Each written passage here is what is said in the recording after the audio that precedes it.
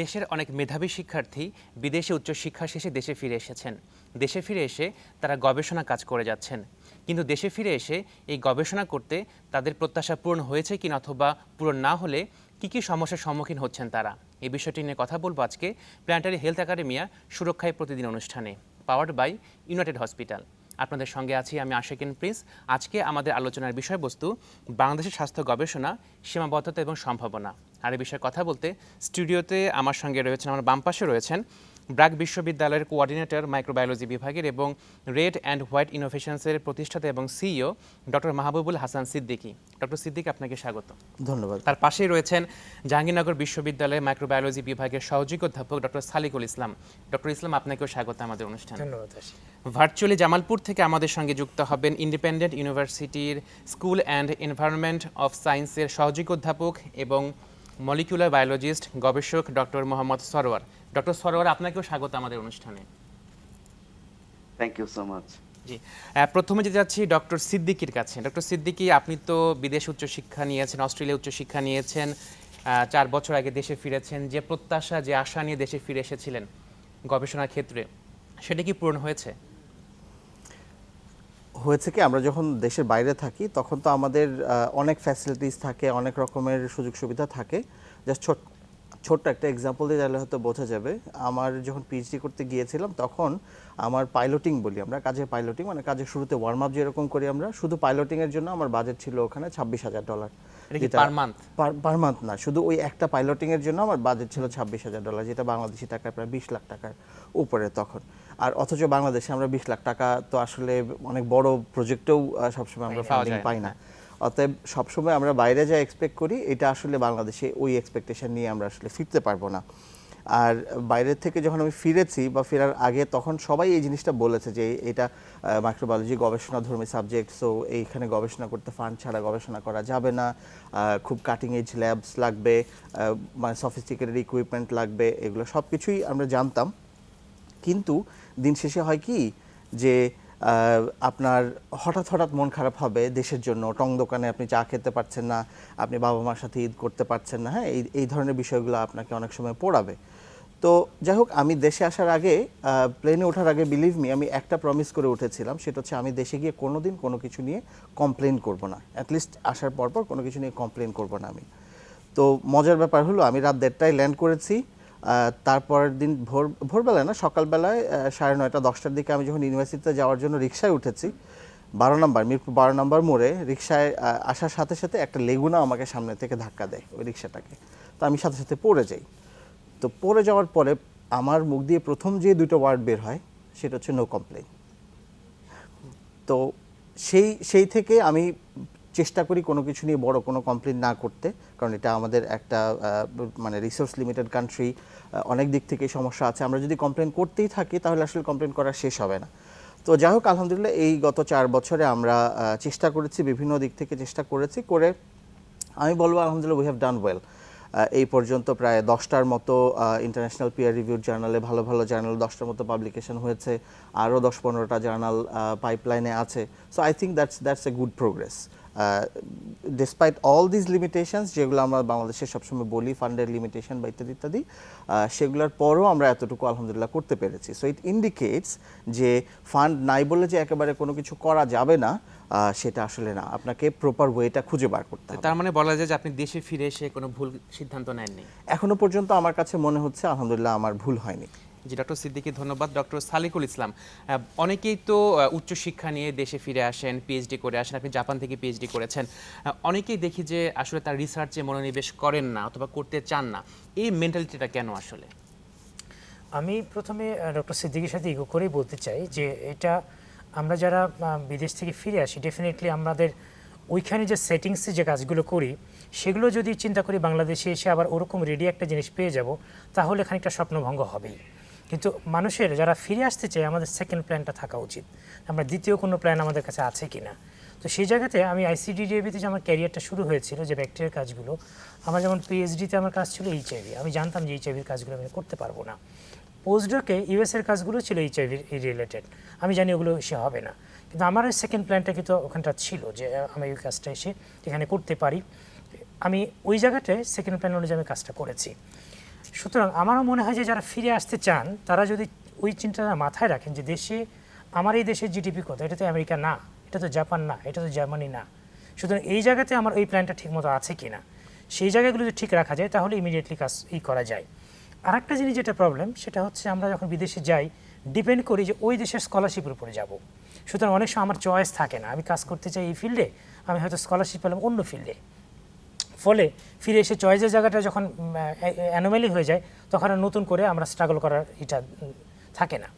আমি আমার একাডেমিক জায়গা থেকে বলবো কিছু ক্ষেত্রে যে না থাকার কারণের পেছনে অনেক সময় দেখা যায় যে এইটা আমার যে ব্রেড অ্যান্ড আমার ক্যারিয়ারের সাথে যে রিলেভেন্ট এই জায়গাটা, এই রিলেভেন্স এটা খুব একটা দেখা যায় না। কীরকম?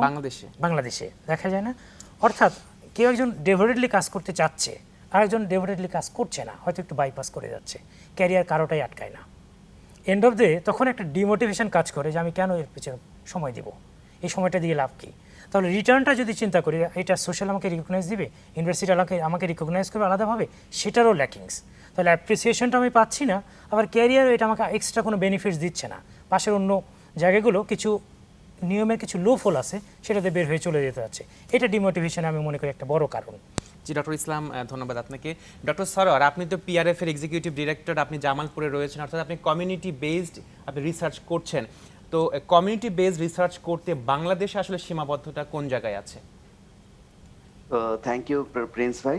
তো সবচেয়ে চ্যানেল 24কেও ধন্যবাদ। যেটা হচ্ছে ইন্টারেস্টিং হচ্ছে যে বাংলাদেশে রিসার্চ করার অনেক স্কোপ আছে এবং ম্যাক্সিমাম রিসার্চ এরিয়া মানে আনএক্সপ্লোর্ড।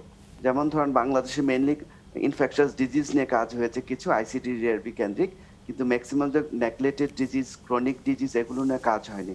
সেই হিসাবে বাংলাদেশের প্রবলেম, যেহেতু 70% মানুষ মানে ঢাকার বাইরে বা রুরাল এরিয়াতে বাস করে, তো আমাদের যে স্বাস্থ্যসেবা নিশ্চিত করতে হয় তাহলে অবশ্যই মানে কমিউনিটি ভিত্তিক কাজে ফোকাস করতে হবে।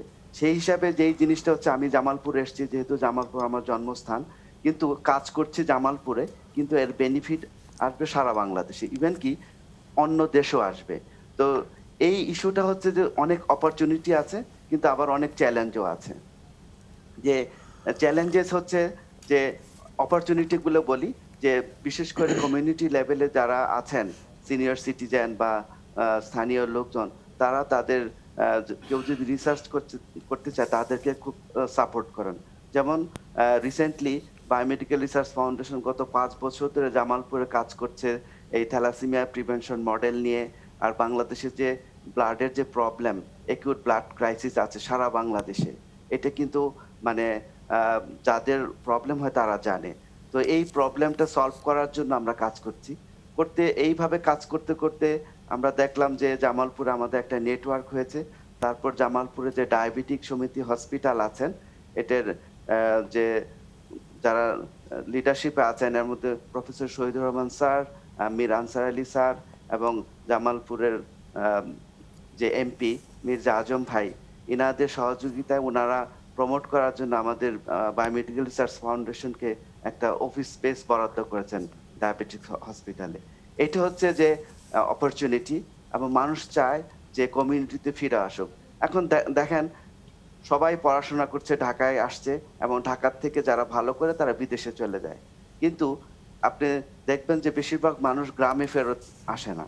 যেমন ফজলে আবেদ যে এত ব্র্যাক এত লেভেলে গিয়েছে, বা গ্রামীণ যে এত বড় হয়েছে, এটার মূলে ছিল কমিউনিটি বেসড রিসার্চ। এবং ব্র্যাকের শুরুই হয়েছে রিসার্চ দিয়ে, যে কলেরার যে ডায়রিয়ার যে স্যালাইন ঘরে ঘরে পৌঁছানো, এটা ছিল ব্র্যাকের রিসার্চ। এই কারণে ব্র্যাক আজকে সারা ওয়ার্ল্ডে ফেমাস এনজিও।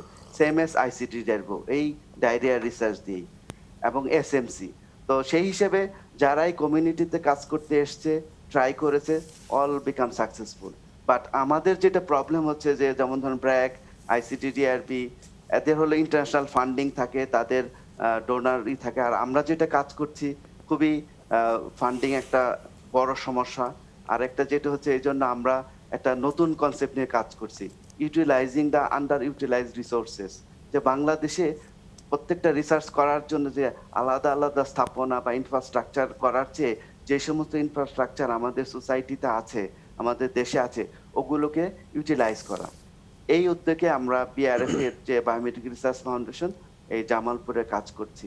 এবং কি ইন্টারেস্টিং কি জামালপুরের রিসার্চ দেশের যে 32টা জেলার সাথে মিলে, মানে এখানে রিসার্চ 32টা জেলায় রিপ্রেজেন্টেটিভ করা যায়।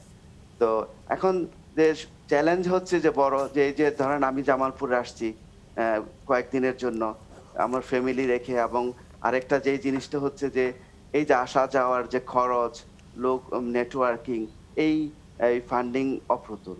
এখন যদি যেই রিসার্চ ইন্টারন্যাশনাল অর্গানাইজেশন করছে যেই ফান্ডে, তার চেয়ে আমরা 10 গুণ কম দিয়েও আমরা ওই মানের বিশ্বমানের রিসার্চ করতে পারবো। রিসেন্টলি ইন্টারেস্টিং ডক্টর সরোয়ার, যে ফান্ডিং এর বিষয়, এটি নিয়ে আমরা অবশ্যই কথা বলবো বিরতির পরে। ফিরে এসে আমাদের সঙ্গে থাকুন, আপনারা আমাদের সঙ্গে থাকুন। হ্যাঁ দর্শক, সময় হতে বিরতির পরে ফিরে এসে আমরা আবারও কথা বলবো সুরক্ষায় প্রতিদিন অনুষ্ঠানে।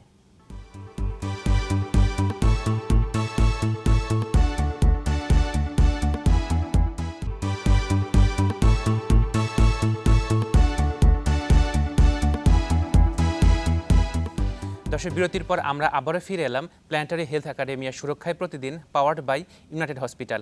এই পর্যায়ে আমি যেতে যাচ্ছি আবার ডক্টর সালেকুল ইসলামের কাছে। ডক্টর ইসলাম, বিরতির আগে ডক্টর সরোয়ার বলছিলেন যে ফান্ডিংয়ের সমস্যা রয়েছে।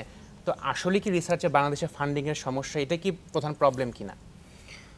ফান্ডিংয়ের সমস্যা রয়েছে, এটা খানিকটা অবশ্যই সত্য বলতে হবে। কিন্তু আমাদের যদি আমরা যেটা রিসার্চ করতে গেলে রিসার্চের কিছু থিওরিটিক্যাল যদি রুলস বলেন, একটা মডেল থাকে যেটাকে ফিনার মডেল বলে। এই ফিনারের F for feasibility, interesting, novelty, ethical.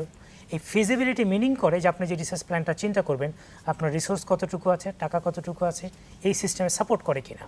সুতরাং আমাদের দেশের যে সাপোর্ট যে জায়গাটা আছে, আমাদের প্ল্যানিংগুলো সেভাবেই হওয়া উচিত।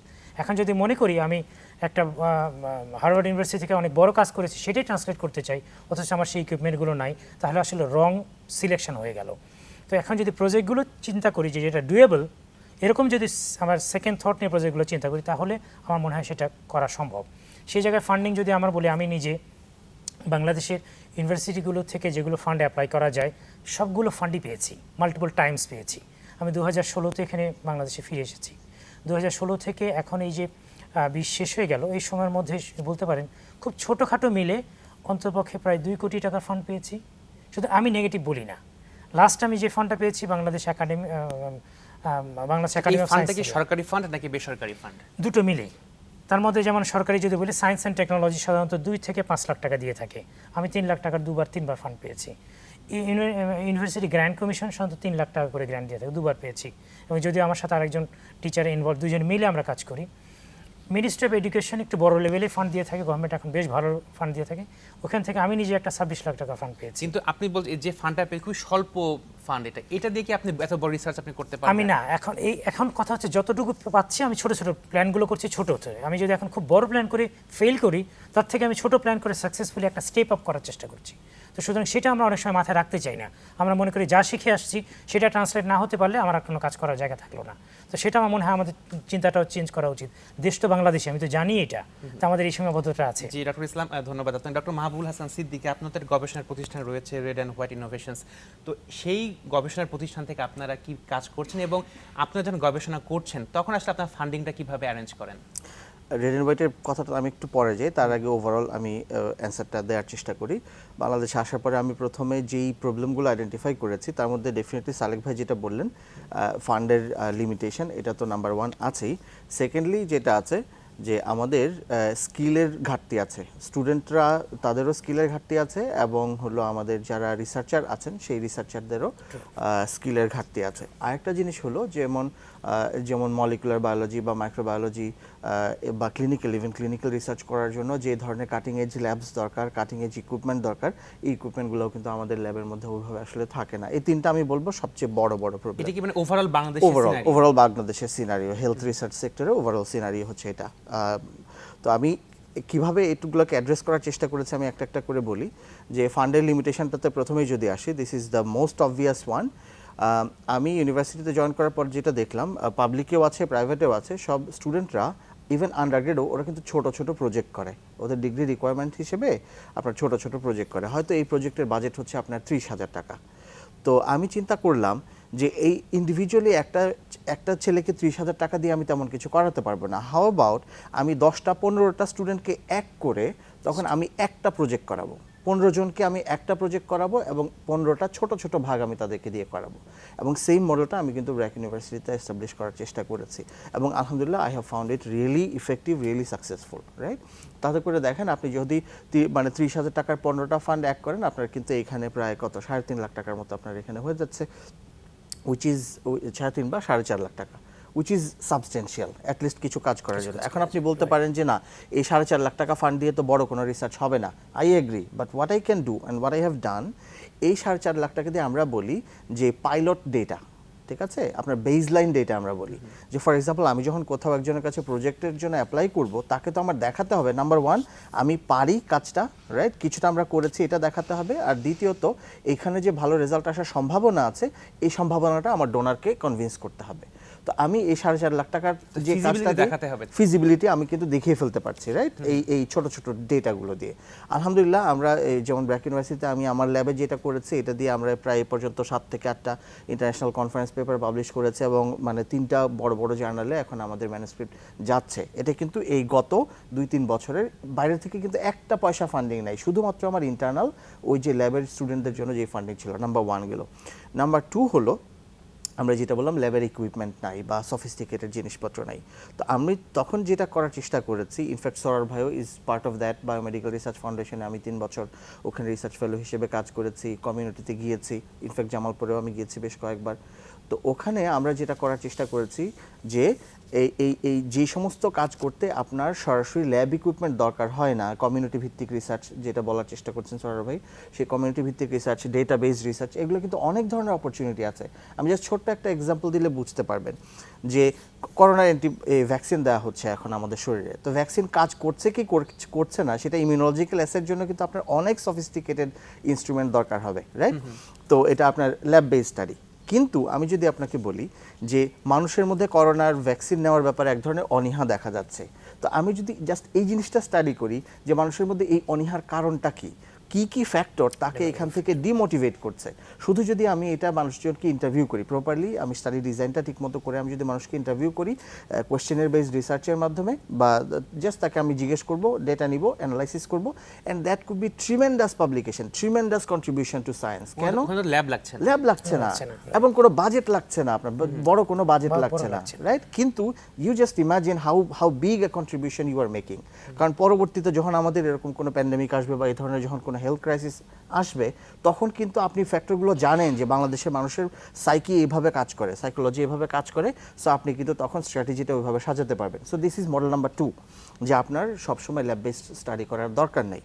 থার্ডলি আমরা যেটা আইডেন্টিফাই করেছি, আপনি যেটা কোয়েশ্চেন করেছেন, যে আমি গিয়ে দেখলাম যে স্টুডেন্টদেরও যেরকম স্কিল নাই, আমরা যারা রিসার্চার মানে মোটা দাগে শুনতে খারাপ শোনা যাবে, আমাদের স্কিলের ঘাটতি আরও বেশি, রাইট? কারণ স্টুডেন্টদের তো একটা এক্সকিউজ আছে যে they have gone through all this processes, কিন্তু আমরা যারা রিসার্চার বলে নিজেদেরকে ক্লেম করি তারা দেখা যাবে যে আমাদের সেই মোটিভেশনের জায়গাটাতে অভাব, আমাদের সেই স্কিলের জায়গাটাতে তার চেয়েও আরও মারাত্মক অভাব। এটা সবাই কিন্তু বাইরে থেকে বুঝবে না, কারণ আপনি যখন বাইরে থেকে পিএইচডি নিয়ে এসে আপনি একটা জায়গায় প্রফেসর হয়ে বসবেন, সবাই কিন্তু আপনাকে জানবে যে ইউ আর ট্রিমেন্ডাস গাই, কিন্তু আপনার ভিতরটা যে ফাঁকা, সেই ফাঁকাটা বুঝতে হলে কিন্তু আপনার ওরকম লাগবে। তো যাই হোক, আমি এটা আইডেন্টিফাই করার পরে যেটা দেখলাম যে আমাদেরকে এই স্কিল নিয়ে কাজ করতে হবে, স্কিল ডেভেলপমেন্ট নিয়ে কাজ করতে হবে, and that is Y I thought about another start up. কারণ হলো ইউনিভার্সিটি আমাদের যে ইউজিসির কারিকুলাম, ইউজিসির যে স্ট্রাকচার, এর ভিতরে স্টুডেন্টদেরকে, টিচারদেরকে আলাদা করে আমার রিসার্চ শেখানোর কোনো সুযোগ নাই। So I had to come up with another new plan, যেটা আমরা পার্সোনালি করার চেষ্টা করছি রেড অ্যান্ড হোয়াইট ইনোভেশনসের মাধ্যমে। এটার মূল ভিশনই হচ্ছে যে আমাদের বাংলাদেশে আন্ডারগ্রেড লেভেলে, পোস্ট গ্রেড লেভেলে স্টুডেন্ট রিসার্চার যারা আছে এবং ইয়াং রিসার্চার যারা আছে, তাদেরকে আমরা এই ক্যাপাসিটি বিল্ডিংগুলো করার চেষ্টা করছি। জি ডক্টর সিদ্দিক, আপনাকে ধন্যবাদ। ডক্টর স্যার, আপনি তো শুনলেন যে আসলে শুধুমাত্র ফান্ডের ক্রাইসিসটা বড় প্রবলেম না, এখানে স্কিল ম্যান পাওয়ারের প্রবলেমটা রয়েছে। তো স্কিল ম্যান পাওয়ার তৈরি করতে সরকারি এবং বেসরকারি পর্যায় থেকে কি করা উচিত বলে আপনার মনে হয়? তো থ্যাংক ইউ, এটা খুবই গুরুত্বপূর্ণ কোশ্চেন। আসলে স্কিল তৈরি করার জন্য আসলে এখানে রিসার্চারদেরই কাজ করতে হবে, যারা সিনিয়র রিসার্চার আছেন তাদেরই কাজ করতে হবে। যেমন ধরেন যে কমিউনিটিতে কিভাবে কাজ করতে হয়, কমিউনিটি রিসার্চ আর ল্যাব রিসার্চ টোটালি ডিফারেন্ট। তো ল্যাব রিসার্চে একজন মানুষ একটা রিসার্চ করবে একটা প্রজেক্ট নিয়ে, তার ফ্রিডম আছে, সে চাইলে রাত্রে যাও কাজ করতে পারবে বা বিভিন্ন সময়, কিন্তু কমিউনিটি ভিত্তিক কাজ হলো মানুষকে নিয়ে কাজ করা, আর অনেকগুলো মানুষকে নিয়ে কাজ করা, তারপর অনেকগুলো মানুষকে আপনাকে নেটওয়ার্কে আনতে হবে, এটা একটা চ্যালেঞ্জিং দিক আছে। তো এই মানে আমাদের দেশে রিসার্চ বলতেই বোঝায় ল্যাব রিসার্চ, মানে কোনো কেমিক্যাল দিয়ে কাজ করছে এটাকেই রিসার্চ বলে, কিন্তু ফিল্ড রিসার্চ বা অ্যাকশন রিসার্চ বা intervention research is more powerful than could be lab research from our countries perspective. এখন ধরেন আমি সিঙ্গাপুরে ন্যাশনাল ইউনিভার্সিটি ছিলাম, যেটা কিউএস র্যাঙ্কিংয়ে এখন 11তম আছে।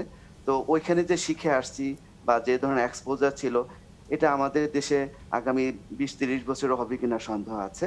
তো এখন আমরা না যদি ডক্টর স্যার কেন হবে না? আপনি বলছেন 20-30 বছর হবে কিনা সন্দেহ, কিন্তু কেন হবে না? আপনারা তো রিসার্চ করছেন, ফিল্ড লেভেল রিসার্চ করছেন, আপনারা তো বুঝছেন যে আসলে এই জায়গায় ঘাটতি আছে, তো ওই জায়গায় আপনি অ্যাড্রেস করছেন না কেন? এখানে অ্যাড্রেস হচ্ছে, এখানে জিনিসটা হচ্ছে পলিসি লেভেলের। এখন যে যে আমাদের রিসার্চের যে ইম্পর্টেন্স, রিসার্চের যে বাজেট, এই ধরনের যে সফিস্টিকেটেড কাজ যেমন ভ্যাকসিন ডেভেলপমেন্ট, এটা মিলিয়নস অফ ডলারের না বাজেট। ভ্যাকসিন ডেভেলপমেন্ট এটা তো নতুন আসছে, কিন্তু এর আগেও তো আপনি বলছেন ল্যাব ছাড়াও তো কমিউনিটি বেসড রিসার্চ করা যায়, তো সেই জায়গাতে তো আমরা ঘাটতি দেখছি। হ্যাঁ, ওই জায়গাও ঘাটতি, কারণ হচ্ছে আমাদের রিসার্চের গুরুত্বটাই বুঝি না। রিসার্চকে নিয়েছি আমরা যারা একাডেমিশিয়ান, তারা প্রমোশনের একটা হাতিয়ার হিসেবে, যে পেপার হলে প্রমোশন হবে, এটা একটা ওয়ে। আমাদের নিজেদেরও স্কিলের ঘাটতি আছে, যেটা মাহবুব সিদ্দিকী বললেন এবং সালেকও বললেন। তো এখন আমাদের নিজেদের ঘাটতি আছে, অ্যাট দ্য সেম টাইম যারা আমাদেরকে ম্যানেজ করেন, পলিসি মেকার, ম্যানেজমেন্ট, তাদেরও চিন্তা একটা ঘাটতি আছে। যদি আপনি খেয়াল করেন বিভিন্ন ইউনিভার্সিটির ভিসি অথবা বড় বড় প্রতিষ্ঠানে, তাদের কিন্তু ম্যাক্সিমামের রিসার্চ ট্র্যাক রেকর্ড নাই। তাদের যে যদি রিসার্চে প্যাশন থাকতো, তাহলে তারা পজিশনে যেই অন্যরা যেন রিসার্চ করতে পারে, এটা নিয়ে কাজ করতো। জি ডক্টর সারোয়ার, ডক্টর সিদ্দিকী বলছিলেন যে আসলে যে কারিকুলাম আছে সেই কারিকুলামে স্কিল ডেভেলপ করার মতো কোনো এটা নাই, মানে সিলেবাসে এভাবে নাই, কিন্তু এই জায়গাটা অ্যাড্রেস করা উচিত কিনা? আপনারা তো 3 জন আছেন, ইউনিভার্সিটি বড় বড় পজিশনে আছেন, তো এই বিষয়টা নিয়ে আপনার কাছে আসবে বিরতির পরে। সারোয়ার জি, আপনারা আমাদের সঙ্গে থাকুন। দর্শক, সময় হতে বিরতির পর ফিরে এসে আমরা আবারও কথা বলবো সুরক্ষায় প্রতিদিন অনুষ্ঠানে।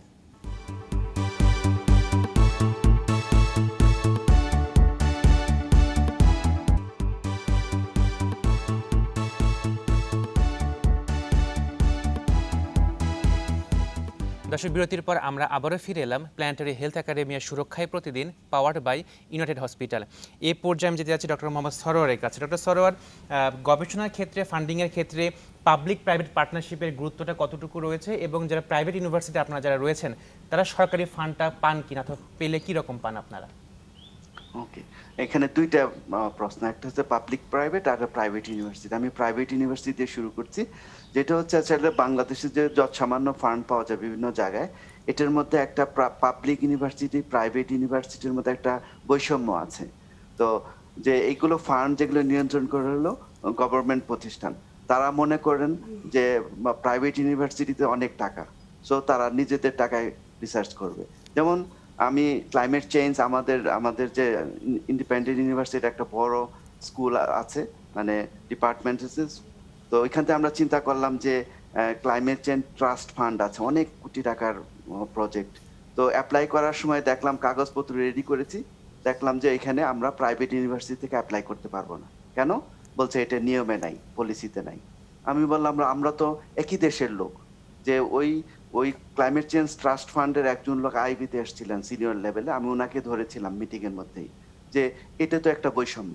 তখন উনি বলল যে আসলে এটা করার কিছু নাই, এবং কি দেখা গেল যদি আমি ফান্ড নিয়ে আসি, প্রজেক্ট লিখ, তাহলে ঢাকা ভার্সিটি বা অন্য পাবলিক ইউনিভার্সিটির কাউকে পিআই বানাইতে হবে। কাজটা করব আমি, কিন্তু আমাকে বেস ধরতে হবে ঢাকা ইউনিভার্সিটি বা অন্য। এটা একটা বিরাট চরম বৈষম্য। মনে রাখতে হবে যে আমরা সবাই বাংলাদেশের নাগরিক, আমরা সবাই ট্যাক্স পেয়ার, এবং সবারই সমান অধিকার আছে, এবং আমরা যারা রিসার্চ করতে চাই তাদের আলটিমেটলি রিসার্চ হলে বাংলাদেশি বেনিফিটেড হবে। এই জন্য পাবলিক প্রাইভেটের যে মানে যে বৈষম্যটা দূর করতে হবে। যেমন ইউজিসির মধ্যেও একটা দেখা যায় যে ফান্ডিং এর ক্ষেত্রে প্রায়োরিটি পায় হলে পাবলিক ইউনিভার্সিটি, এটা একটা। আর যেটা সেকেন্ড পয়েন্ট হচ্ছে পাবলিক প্রাইভেট ইনিশিয়েটিভ। ওয়ার্ল্ডে যত বড় বড় ইনোভেশন হয়েছে, যত বড় ডিসকভারি হচ্ছে, ইমপ্রুভমেন্ট হচ্ছে, এটা পাবলিক প্রাইভেট ইনিশিয়েটিভ হচ্ছে। একটা বড় উদাহরণ বলি, যে ব্র্যাকের যে একটা প্রোগ্রাম আছে টিভি প্রোগ্রাম, এটা কিন্তু ব্র্যাক এবং সরকার মিলে করছে এবং এটার সাকসেস রেট কিন্তু ভালো। এই জন্য দেখবেন যে পাবলিক প্রাইভেট ইনিশিয়েটিভ হলে দেখা গেল যে প্রাইভেট ওখানে অনেকে ইনভেস্টমেন্ট করে এবং অনেক ধরনের সাপোর্ট দেয়, যেটা আবার সরকারের নেই। তো এই জন্য দেখা যাচ্ছে যে আমাদের দেশে এই কনসেপ্টটা আসলে দুর্বল। আবার দেখা যাচ্ছে যে প্রাইভেট ইউনিভার্সিটির মধ্যেও আছে যে তারা অন্য ইউনিভার্সিটির সাথে কোলাবোরেশন করে, এটা মানসিকভাবে চায় না। কেন চায় না I don't know. G doctor তো সরোয়ার, এই আপনাকে ধরনের একটা ধন্যবাদ। সময় miscommunication স্বল্পতার কারণে আছে। আপনাকে থামাতে হচ্ছে। ডক্টর সালিকুল ইসলাম, ডক্টর সরোয়ার বলছিলেন যে তারা বৈষম্যের শিকার হচ্ছেন। আপনি তো পাবলিক ইউনিভার্সিটির একজন সহযোগী অধ্যাপক, আপনারাও কি কোনো বৈষম্যের শিকার হন কিনা প্রাইভেট থেকে কোনো ফান্ড পেতে? না, আমরা বাংলাদেশে যে ফান্ডগুলো যেগুলো সাধারণত আমি পেয়েছি এ পর্যন্ত, সেগুলো বেশিরভাগ ক্ষেত্রেই গভর্নমেন্ট, সুতরাং এতে হয়নি। তবে এর বাইরেও কথা আছে। এর বাইরেও যেমন লাস্ট আমি যে গ্র্যান্টটা পেয়েছি, BAS USD, Bangladesh academy of science, united states department of agriculture, এটা যেহেতু ইউএসের একটা গ্র্যান্ট, সেটা বোধহয় কমনলি অনেকে অ্যাপ্লাই করতে পারতেন। সেটা বেশ বড় গ্র্যান্ট, প্রায় 50 লাখ টাকার উপরে পেয়েছি আমি 3 বছরের জন্য। কিন্তু এটাতে আমি জানি না, আমার ধারণা যে এটাতে বোধহয় প্রাইভেটে অ্যাপ্লাই করতে পারতেন কম্পিটিশন করে, এরকম কিছু। কিন্তু প্রাইভেট থেকে তো গ্র্যান্টই অনেক কম, সুতরাং সেখান থেকে তো গভর্নমেন্টে যাওয়ার কোনো সুযোগই নাই বলতে তো গেলে। একটি বিষয়, যারা সরকারি বিশ্ববিদ্যালয় রয়েছে সেখানে আমরা কোনো বিদেশি কোনো গ্র্যান্ট আমরা দেখি না, আসলে এইটা কেন? আসলে এটা আমি মনে করি যে আসলে ক্যাপাসিটি আছে, যারা যারা যেহেতু অনেক জায়গা থেকে এই বিদেশি একটা ধরেন সরকারি একটা ইউনিভার্সিটির একটা টিচার যখন আইসিডিডি এর ভিতরে চেঞ্জ করে চলে আসেন, তখন উনি একজন খুব ভালো একটা রিসার্চার হচ্ছেন, গ্র্যান্ট আনছেন, পারছেন সব জায়গায়। ওই মানুষটা ইউনিভার্সিটিতে পারছেন না কেন? তো সেই জায়গাগুলোর ক্ষেত্রে আগে একটা পজিটিভ এক্সাম্পল দিতে পারি, যে world academy of science, Italian based একটা ইন্টারন্যাশনাল গ্রুপ, তারা আমাদের দেশে ফান্ডিংগুলো করে থাকেন। আমার ল্যাবরেটরিতে আমরা একটা গ্র্যান্ট এটা পেয়েছি $15,000, খুব বড় না, আমি জানি এটা 50,000 পর্যন্ত দিয়ে থাকে, এটাও বড় না, কিন্তু অ্যাটলিস্ট পাওয়া যায়। কিন্তু অন্যগুলো যেমন আমি যদি গেটস ফাউন্ডেশনের গ্র্যান্টে অ্যাটলিস্ট 5 বার অ্যাপ্লাই করেছি, একবারও পাইনি। কিছু ডকুমেন্টেশন ঘাটতি থেকে যায়। এই ডকুমেন্টেশনের মধ্যে মেজর হচ্ছে আমার এইচআর, হিউম্যান রিসোর্সেস, আমি কাউকে হায়ার করব, এটা কোন সিস্টেম, একটা লিখিত নীতিমালা ইন্টারন্যাশনাল লেভেলের ইংলিশে থাকতে হবে। আমাদের আছে, কিন্তু বাংলাতে আছে, অন্যতে আছে, ইন্টারন্যাশনাল লেভেলকে ওই লেভেলকে স্যাটিসফাই করতে পারি না। আমি যদি আপনাকে কনসালটেন্টই রেখে দিই, টাকাটা একটু এলোমেলো করে ফেলি, এটা তারা করতে পারে না। সেকেন্ড হচ্ছে অডিট, যে লাস্ট 1 বছরে বাংলাদেশে কত টাকা এসেছে আপনার ইউনিভার্সিটিতে, অডিটটা কীভাবে আমরা মেনটেন করি সেটার একটা ডকুমেন্ট তারা চায়, এটা আমরা দিতে পারি। এটা কি হোল ইউনিভার্সিটির হোল ইউনিভার্সিটি অডিটটা চাই, যেটা আমাদের অডিট আছে, বাংলাতে আছে, একটা সিস্টেম তো অবশ্যই রান করছে একটা সিস্টেমের মধ্য দিয়ে, কিন্তু ইন্টারন্যাশনাল ক্রাইটেরিয়া অনুযায়ী নাই। তবে এক্সেপশন আছে, যেমন বাংলাদেশ এগ্রিকালচার ইউনিভার্সিটি, আপনি জাস্ট আজকেও ওয়েবসাইট দেখেন, বিদেশি গ্র্যান্ট অনেক আছে, অনেক, একটা দুটো না, $1 মিলিয়ন গ্র্যান্টও আছে।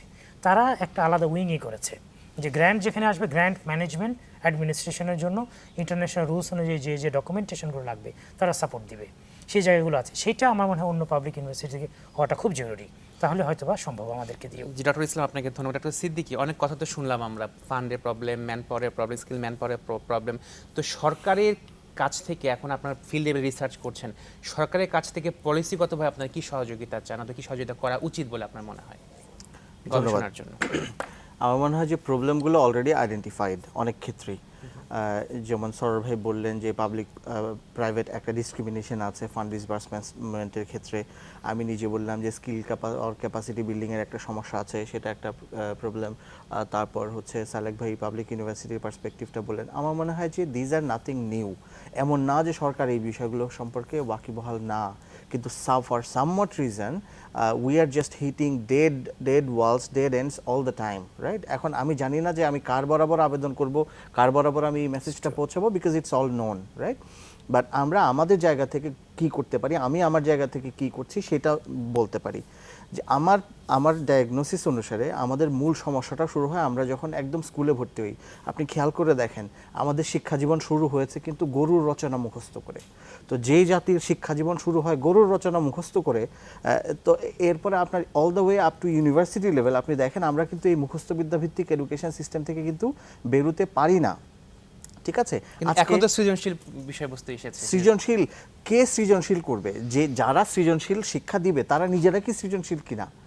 যে শিক্ষকরা অন্য আমার বাচ্চাদেরকে সৃজনশীল বানাবে সেই শিক্ষকরা নিজেরা কি সৃজনশীল পদ্ধতির ভিতর দিয়ে এসছেন কিনা, কারণ সৃজনশীলতা is not about just following some guidelines or following some ধরেন আপনার এই যে examination system or things like that, it is all about your mindset, যে আপনি মানে কতটুকু ইনোভেটিভ হয়েছে চিন্তা করতে পারছেন। আপনি খেয়াল করে দেখেন গ্লোবাল ইনোভেশন ইন্ডেক্সে বাংলাদেশের অবস্থান হচ্ছে সাউথ এশিয়ার মধ্যে সবচেয়ে নিচে, রাইট? ইভেন ভুটানেরও নিচে। Why is that? ওই গরুর রচনা, আপনি গরুর রচনা মুখস্থ করে শুরু করেছেন, আমি করেছি, এবং এই এখনো পর্যন্ত আমরা ওই গরুর রচনার ভিতর দিয়েই কিন্তু আসলে যাচ্ছি, right? And that is Y আমি অন্তত আমার জায়গা থেকে চেষ্টা করছি যে এই কিভাবে এই ইনোভেশনটাকে করা যায়, ইন্ট্রোডিউস করা যায়। কিন্তু আমরা যদি স্কুল লেভেলে যদি মহাকাশ অভিযান এটা যদি পড়ি আমরা, Right. তাহলে আপনার কি মনে হয় যে এই যদি আমি সিস্টেম চেঞ্জ না করি, সিস্টেম চেঞ্জ না করে আমি যদি গরু রচনার জায়গায় মহাকাশের অভিযান রচনা করি, তাহলে কি ভালো কিছু হবে? না, ভালো কিছু আমি জাস্ট কিছুক্ষণ আগে এক্সাম্পল দিলাম যে আপনার যতই সীমাবদ্ধ থাকা, যতই লিমিটেশন থাকে, এর মধ্যেও কিন্তু আপনি ইনোভেটিভ অনেক কিছু বার করতে পারেন। ফর এক্সাম্পল, আমরা সবাই হাত ধুয়ে বসে থাকি যে আমাদের ফান্ড নাই, ল্যাব নাই, ইত্যাদি ইত্যাদি নাই, কিন্তু এই ল্যাব ছাড়াও যে কত ধরনের মানে এরকম হাই ইম্প্যাক্ট গবেষণা হয়, আপনি রিভিউ আর্টিকেল পাবলিশ করতে পারেন, আপনি সিস্টেমেটিক রিভিউ করতে পারেন, আপনি স্কোপিং রিভিউ করতে পারেন, আপনি কোয়েশ্চেনের বেস স্টাডি করতে পারেন, রাইট? এই স্টাডিগুলো হচ্ছে না কেন বাংলাদেশে? আর এই যে আপনার হাতে গোনা যে কটা পাবলিকেশন হচ্ছে, এই সালেক ভাই বলতে পারবেন, সৌরভ ভাই বলতে পারবেন, এগুলো সব হচ্ছে আপনার পাবলিকেশনের জন্য পাবলিকেশন। কেন পাবলিকেশন? সৌরভ ভাই বলেছেন, কারণ পাবলিকেশন না হলে একজন টিচারের প্রমোশন হবে না। That's why we are just counting numbers, যে আমার এই কটা পাবলিকেশন হয়েছে, কিন্তু এই পাবলিকেশনের মধ্যে আমি মৌলিক কি প্রবলেমটা অ্যাড্রেস করেছি, কোন নলেজটা আমি জেনারেট করেছি, সেটা কিন্তু আমরা আলোচনা করছি না। এবং দ্যাট ইজ ওয়াই আপনি দেখবেন বাংলাদেশ থেকে যে কটা পাবলিকেশন হয় আর সেই অনুপাতে কয়টা পেটেন্ট সাবমিটেড হয়। পেটেন্ট কোনটা? পেটেন্ট হচ্ছে যে আপনি যখন নতুন কোনো একটা ইনোভেশন করলেন, নতুন কোনো একটা অ্যাডিশন করলেন, সেটার জন্য আপনি একটা ধরেন জি, ডক্টর সিদ্দিক আপনাকে অসংখ্য ধন্যবাদ, ডক্টর সরোয়ার এবং ডক্টর ইসলাম, আপনাদের সবাইকে ধন্যবাদ আমাদের সময় দেওয়ার জন্য। দর্শক, অনুষ্ঠান শেষ করার আগে অবশ্যই বলবো যে গবেষণার ক্ষেত্রে গবেষকরা যে প্রতিবন্ধকতার সম্মুখীন হচ্ছেন সেই সমস্যার সমাধানে সরকার এগিয়ে আসবেন, এই প্রত্যাশা রেখেই আজকের অনুষ্ঠান এখানেই শেষ করছি।